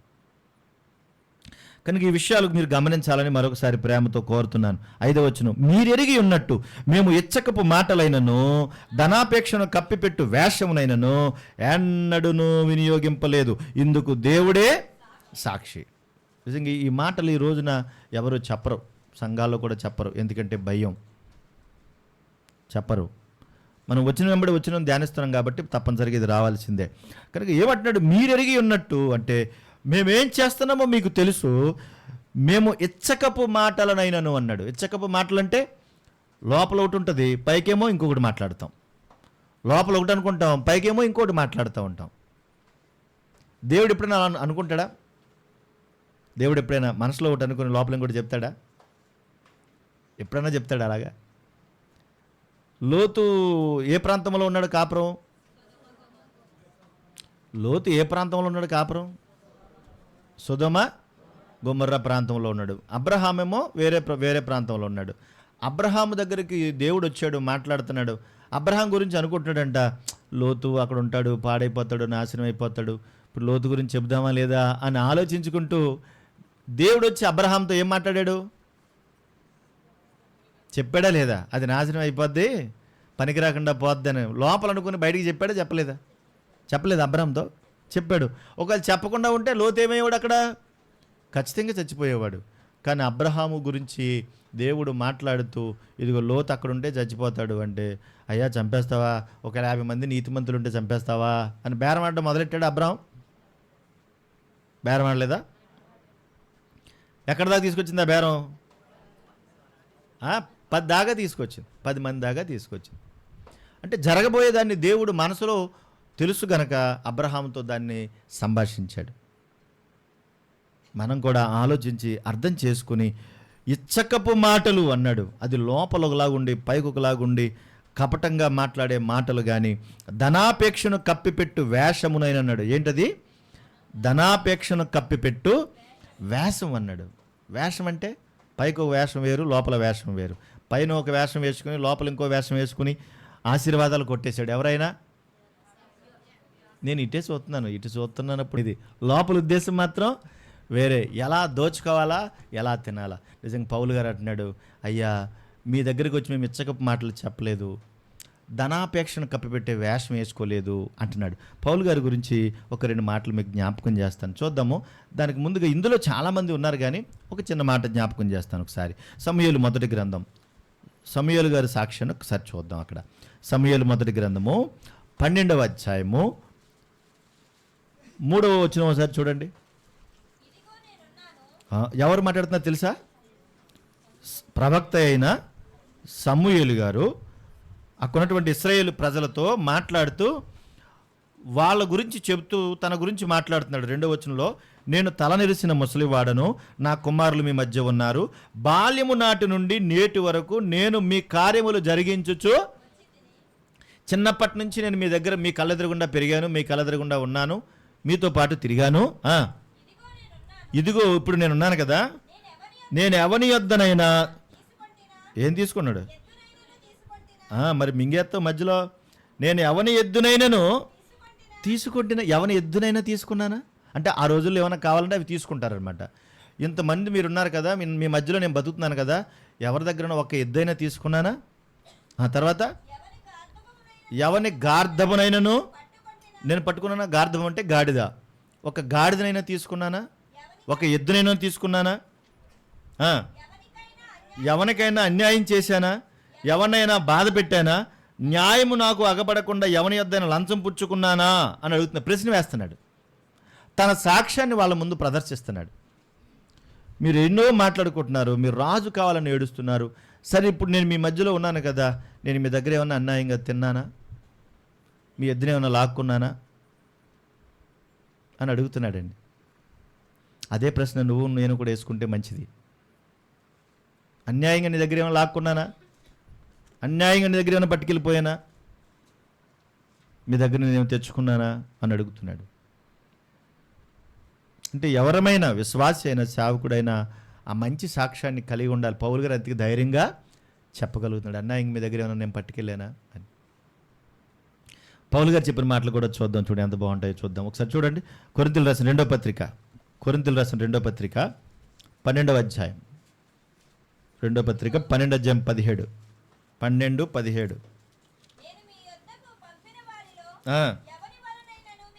నేను మీ యొద్దకు పంపిన వారిలో ఎవరి వలనైనా మిమ్మల్ని మోసపుచ్చి ఆర్జించుకున్నానా? మోసం చేసి తెచ్చుకున్నానా? మీ యొద్దకు వెళ్ళుటకు తీతును హెచ్చరించి అతనితో కూడా ఒక సహోదరుని పంపించాను. పోనీ తీతు మిమ్మను మోసపుచ్చి ఏమైనా అర్జించుకున్నాడా? నా తరపు నుంచి ఒక మనిషిని పంపిస్తే అతనైనా పోనీ మీ దగ్గర ఏమైనా సంపాదించుకుని తినేసాడా? ఎలా అడుగుతున్నాడు? ధైర్యంగా చెప్పండి. అందుకనే ఎవరో వచ్చి మన మీద సాక్ష్యం చెప్పక్కలా. ఫస్ట్ మన మీద సాక్ష్యం చెప్పేది ఎవరు చెప్తారండి? ఫస్ట్ సాక్ష్యం ఎవరు? మన మనస్సాక్షి. ఎవరండి మన మీద చెప్పేది? మన మనస్సాక్షి. నీ మనస్సాక్షి నువ్వు వెరీ గుడ్ అంటే నువ్వు చాలా బాగున్నావు అని అర్థం. ఒకవేళ వెరీ గుడ్ అనకపోతే నీ లోపల ఏదో తేడా ఉందని. గట్లన్నీ బతలు కొట్టి నెమ్మదిగా యువతల స్థలం నుంచి అవతలకి గట్టేసేసి అవతల పొలం లాగేసుకున్నావా? నీ మనస్సాక్షిని అడుగు, చేసావో లేదో? చిచ్చి అలాంటి పని నేను చేయలేదంటే వెరీ గుడ్ అని అర్థం. కదా. ఒకళ్ళ చేలో పంట తీసుకొచ్చి నువ్వు ఆక్రమించేసుకుని అన్యాయంగా వాళ్ళ సొమ్ము తినేసి చేసావా? వెరీ గుడ్ అని అర్థం. లేదంటే వాళ్ళకి చక్ర వడ్డీ అని, బారు వడ్డీ అని, ఆ వడ్డీ ఈ వడ్డీ తిప్పి బేదోడి దగ్గర కూడా తినేసావా? నీ మనస్సాక్షి ఓకే అంటుందా? అంగీకరిస్తుందా? గడిచిన శుక్రవారం అనుకుంటా కొన్ని విషయాలు చెప్పినట్టు గుర్తు. అది మనస్సాక్షి అంగీకరిస్తుందా? ఇప్పుడు పౌలు గారిలాగా మనం చెప్పగలుగుతామా? నేను ఎవరైనా చేద్దాన్ని అన్యాయంగా అర్జించకుండా అలా వడ్డీ కట్టుకెళ్ళారు, మేము ఇచ్చాం, మేము చేసాం ఇందులో, అలా అనిపిస్తుందా? నువ్వు ఆలోచించాలి. కొంచెం నాకు మనసు పెట్టి ఆలోచిస్తే మనకి చాలా విషయాలు తెలుస్తాయి. కానీ పౌలు గారు అంటున్నాడు, నేను ఎక్కడ ఈ వేషం నేను వేసుకోలేదు అంటాడు. పని చేస్తున్నాడు. ఒరే బాబు, మేము మీ మధ్యలో ఎలా బతికేమో, మీ మధ్యలో ఎలా ఉన్నామని చెప్తున్నాడు. చూడండి, మీరు ఎరిగి ఉన్నట్టు మేము ఇచ్చకపు మాటలైనను ధనాపేక్షను కప్పిపెట్టి వేషం ఎన్నడనో వినియోగింపలేదు. ఇందుకు దేవుడే సాక్షి.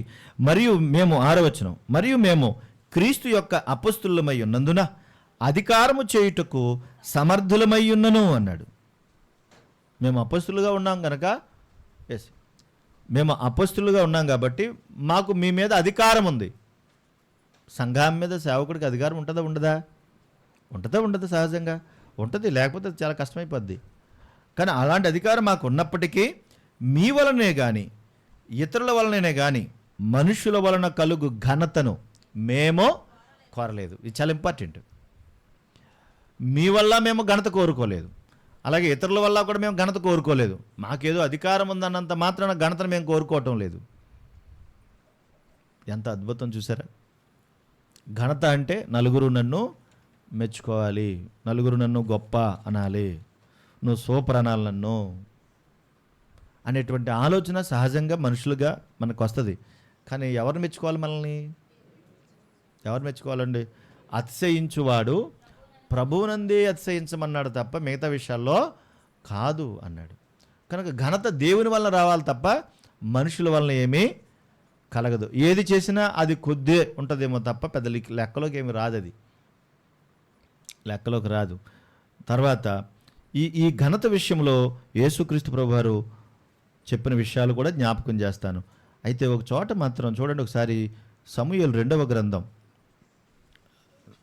6వ అధ్యాయం, సమూయేలు 2వ గ్రంథం 6వ అధ్యాయం 20వ వచనం ఒకసారి చూడండి. ముగింపుకు వచ్చాను నేను. ఎవరు?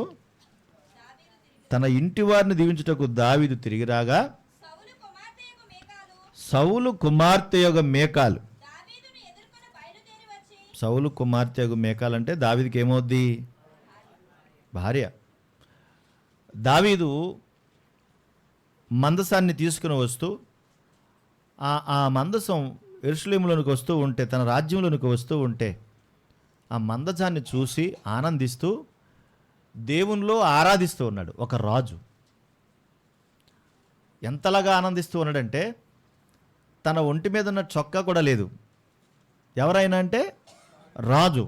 ఇది మర్చిపోకండి. రాజు తన ఒంటి మీద ఉన్నటువంటి వస్త్రం కూడా లేదు, వాళ్ళతో పాటు కలిసి ఆ తన్మయత్వంలో ఉన్నాడు, ఆనందిస్తూ ఉన్నాడు. ఆ ఆనందంలో తనను తాను మైమర్చిపోయాడు. అలాగా ప్రజలందరితో పాటు, అందరూ వెనకాల ప్రజలున్నారు, మందసం ఉంది, వీణ కూడా ఉన్నాడు, అందరితో పాటు కలిసి ఆనందిస్తూ ఆరాధిస్తూ ఆ నాట్యమాడుకుంటూ వస్తున్నాడు. వస్తూ ఉంటే ఆ అంతఃపురంలో మేడమేం చూసిందంటే, ఎవరు? ఏకాలు, మేకాలు, ఏకాలు తన భార్య అయిన మేకాలు చూసింది. చూసి మాట్లాడుతుంది. చూసి దావీదు ఏం చేశాడంటే ప్రజలందరినీ దీవించాడు. ఇది చాలా ప్రాముఖ్యం. ప్రజలందరినీ దీవించాడు. ప్రజలందరినీ దీవించిన తర్వాత తన ఇంటి వారిని దీవించడానికి ఇంటికి వస్తున్నాడు. మనం ఊళ్ళో వాళ్ళందరినీ దీవిస్తాం, కానీ ఇంటి వాళ్ళని దీవిస్తామా? ఇంట్లో వాళ్ళని కూడా దీవించాలా? ఊళ్ళో వాళ్ళని దీవించడం కాదు, ఇంట్లో వాళ్ళని కూడా దీవించాలి. నువ్వు ఎప్పుడు నాశనం అయిపోతావరా, నువ్వు ఎప్పుడు చస్తావరా అనకూడదు. ఊరంతటికి ఎలాగైతే దీవెనలు ఇస్తామో, ప్రియమైన బిడ్డలుగా మన ఇంటి వారిని కూడా మనం ఏం చేయాలంటే దీవించాలి. దావీదు ప్రజలందరినీ దీవించిన తర్వాత ఇంటి వారిని దీవించడానికి ఇంటికి వస్తూ ఉన్నాడు. వస్తూ ఉంటే దావీదు తిరిగి రాగా సౌలు కుమార్తె మేకాలు దావీదుని ఎదుర్కొని బయలుదేరి వచ్చి హీన స్థితి గల పనిగెత్తులు, ఎవరంట? హీన స్థితి గల అంటే తన దృష్టిలో పనిగత్తులు ఎలా చూస్తుంది? హీనమైన వారు అంటే చాలా తక్కువ గలవారు. చూసారా? హీన స్థితి గల పనిగత్తులు అంటే నేను మహారాణిని, అంతఃపురంలో ఉంటాను. వాళ్ళెవరంటే హీన స్థితి కలిగిన వాళ్ళు. ఇప్పటికే ఉంది జబ్బు. ఈ జబ్బు ఇప్పటికే ఉంది. ఇప్పటికే ఉంది. అంత చిన్న చూపు చూస్తుంది వాళ్ళని. వాళ్ళు చూస్తూ ఉండగా వ్యర్థుడు ఒకడు, అంటే వ్యర్థుడు అంటే ఒక పనికి మాలిన చండాలుడు, అంటరానోడు అని అర్థం.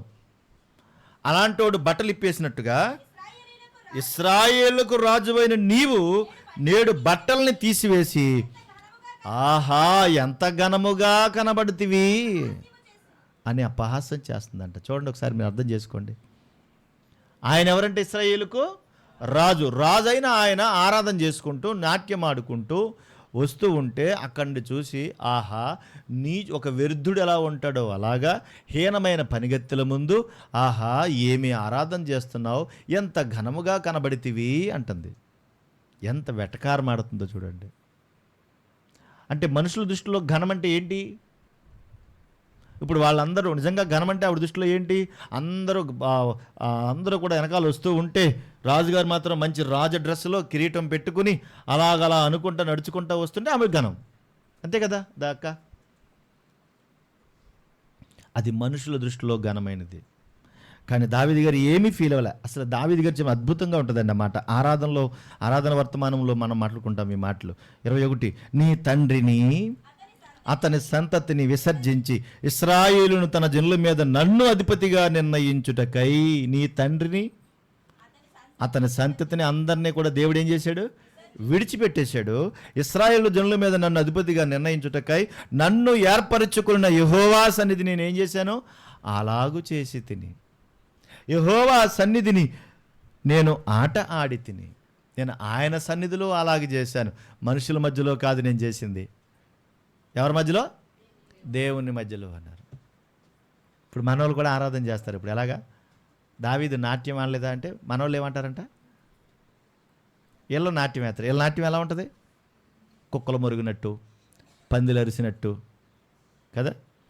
అసలు ఆ మ్యూజిక్లు ఏంటి, అడావుడేంటో, ఆ రంగులేంటో, ఆ పొగలేంటో మనకి ఇప్పటికే అర్థం కాదు. పొగలు ఎందుకు ఎడతారో తెలీదు. ఆ పొగల మధ్యలోంచి మంచి బ్రేక్ డ్యాన్సులు నేర్చుకుని మంచి డ్రెస్సులు వేసుకుని ఆడవాళ్ళు మగవాళ్ళు కూడా చాలా దరిద్రంగా చండాలంగా వయసు వచ్చిన పిల్లలు కూడా ఆడబిడ్డలు కూడా తీసుకొచ్చి డ్యాన్సులు వేసుకుంటూ అంటే దావీదు నాటికి ఇతలకి పోలుకుందా? దావీదు బ్రేక్ డ్యాన్స్ వేసాడా? పోనీ ఏమైనా స్టెప్పులు నేర్చుకొచ్చి వేసాడా? ఏమైనా మేకప్ వేసుకున్నాడా? వాళ్ళ భార్య అంటుంది ఒక నీచుల్లాగా ఉన్నావురా నువ్వు అని. మరి వీళ్ళు ఎలా ఉన్నారు? సినిమా హీరోలు సరిపోతారా? సినిమా హీరోయిన్లు అలా తయారయ్యారు, వీళ్ళు అలా తయారు చేస్తున్నారు. తన భార్య దృష్టిలో ఘనహీనంగా ఉన్నాడని ఆమె చూస్తుంది. 22, ఇంతకంటే మరి ఎక్కువగా నేను తృణీకరించబడ్డాను, నా దృష్టికి నేను అల్పుడున నీవు చెప్పిన పనిగత్తుల దృష్టికి ఘనుడు నగుదనని మేకాలుతో అనేను. అంటే ఏం చేస్తున్నాను? నేను దేవుణ్ణి ఘనపరుస్తున్నాను. నువ్వు మనుషుల మధ్య ఘనతను చూస్తున్నావు, నేను దేవుని ఘనత చూస్తున్నాను. వాళ్ళందరూ నన్ను హీనపరిచారు, కానీ నా దేవుడు నన్ను గొప్ప చేశాడు అని ఆయన అంటున్న మాట, ఒక మంచి మాట అక్కడ రాయబడుతుంది. చూడండి ఒకసారి 2వ అధ్యాయము 30వ వచనం. సమూయేలు మొదటి గ్రంథము 2వ అధ్యాయము 30వ వచనం. 2:30.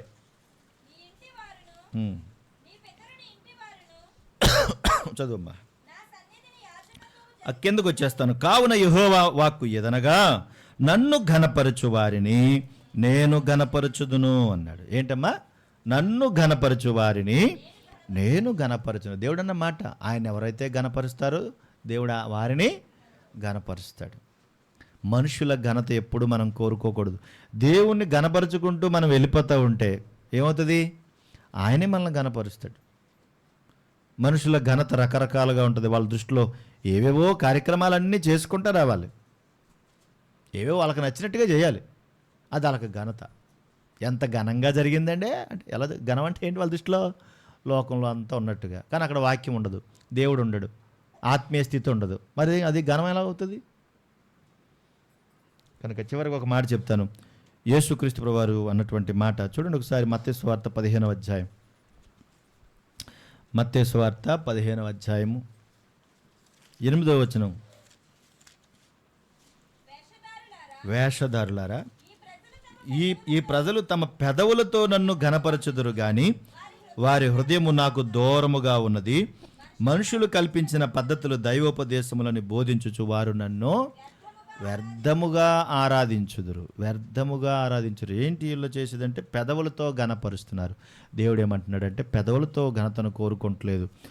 ఈ తెస్సలోనిక సంఘంతో పౌలు గారు మాట్లాడుతుంది అంటున్నాడు, మేము ఇలాంటి విషయాల్లో, బోధ విషయాల్లో, అపోస్తుల విషయాల్లో మేము మీ దగ్గర మేము ప్రవర్తించలేదు. మేము అపోస్తులుగా ఉన్నప్పటికీ, మాకు అధికారం ఉన్నప్పటికీ, మీ వల్ల కానీ ఇతరుల వల్ల కానీ మేము మనుషుల వల్ల వచ్చే ఘనతను మేము కోరుకోవటం లేదు. దేవుని వలన ఘనతను కోరుకుంటున్నాం. ప్రభు అయిన యేసుక్రీస్తు వారు కూడా ఈ భూమి మీదకి వచ్చిన తర్వాత ఒక ఉన్నతమైనటువంటి స్థాయిని మరిచి దాన్ని విడిచిపెట్టి మనుషుల ఘనతను కోరుకోకుండా దేవుడిచ్చే ఘనతను కోరుకుని భూమి మీదకి వచ్చి మనకు మాదిరిగా ఉండడానికి తన బ్రతుకును మన కళ్ళెదురుగుండా పెట్టారు. బోధ విషయాల్లో కానీ, ఆయన కనిపించే విషయాల్లో కానీ, అన్ని విషయాల్లో కూడా మనకు ఆయన మాదిరిగా కనబడి మీరు ఇలా బ్రతకండి అని చెప్పాడు. పేతురు రాసిన మొదటి పత్రిక 2వ అధ్యాయము 21వ వచన భాగం ముగిస్తాను. పేతురు రాసిన మొదటి పత్రిక 2వ అధ్యాయం 21. క్రీస్తు కూడా మీ కొరకు బాధపడి మీరు తన అడుగుజాడల యందు నడుచుకున్నట్లు మీకు మాదిరి ఉంచి పోయినంటే మనకు మాదిరి ఎందుకు ఇచ్చాడు ఆయన అంటే, మన అడుగు జాడల్లో మనం ఇలా బ్రతకాలి అని చెప్పడానికి ఈ మాదిరి మనకు ఉంచాడు. కాబట్టి ఈ మాదిరిని మనం వెళ్ళాలంటే యేసుక్రీస్తు బోధలో కపటం ఉందా? అపత్రత ఉందా? చెప్పాలి. మోసయుక్తం ఉందా? దేవుని వలన ఘనత కోరుకునే ఉద్దేశం ఉందా? ధనాపేక్షను కప్పిపెట్టే వేషం ఉందా? అంటే ఇవేమి ప్రభువులో లేవు. కనుక ప్రభువును పోలి నడుచుకుంటున్న పౌలులో కూడా ఇవేమీ లేవు. అందుకనే ఈ తెస్సలోనిక సంఘానికి చెబుతూ, మీరు మమ్మల్ని అపార్థం చేసుకోవద్దు, బయట వాళ్ళు రకరకాలుగా మాట్లాడుతూ ఉంటారు, కానీ మీరు వాక్యాన్ని ధ్యానించండి, దేవుణ్ణి ఘనపరచండి అని తన ఉద్దేశాలను బయటపడుతూ ఈ లేఖనాలను జ్ఞాపకం చేశాడు. మనము కూడా దేవుని చిత్తానుసారంగా దేవుని ఘనపరచు బ్రతుకును మనకు దేవుడు దయచేయునుగాక. ఆమేన్. ప్రార్థన. ప్రేమగల మా తండ్రి, నమ్మదగిన దేవా, ఈ ఉదయకాల సమయం మరొకసారి మీరు మాతో మాట్లాడిన ప్రతి సందర్భం కొరకు స్తోత్రములు. మేము మీ ఎదుట ఎలా ప్రవర్తించాలో, ఎలా ఉండాలో, ఎలా నడుచుకోవాలనే విషయాలను మీరు మాకు జ్ఞాపకం చేస్తూ వచ్చారు. మా బ్రతుకు విధానాలన్నీ మీకు తెలుసు. కనుక మేము ప్రభు మిమ్మను ఘనపరచగలిగేటువంటి ప్రియమైన బిడ్డలుగా, మిమ్మను స్తుతించేవారముగా, మిమ్మను ఆరాధించేవారముగా, మా ప్రభు చూపిన మాదిరిని మేము అనుసరిస్తూ నీ చిత్తానుసారముగా జీవితకాల పర్యంతము బ్రతుకున్నట్లుగా మీ సహాయమును అందించండి. విన్న వాక్యమును నెమరవేసుకుంటూ ప్రభు యొక్క బలలోనికి మేము వెళుతుండగా మమ్మల్ని బలపరచమని, కనికరించమని, మీరే మహిమ ఘనత ప్రభావం పొందమని క్రీస్తు యేసునామమున అడుగుచున్నాము తండ్రి.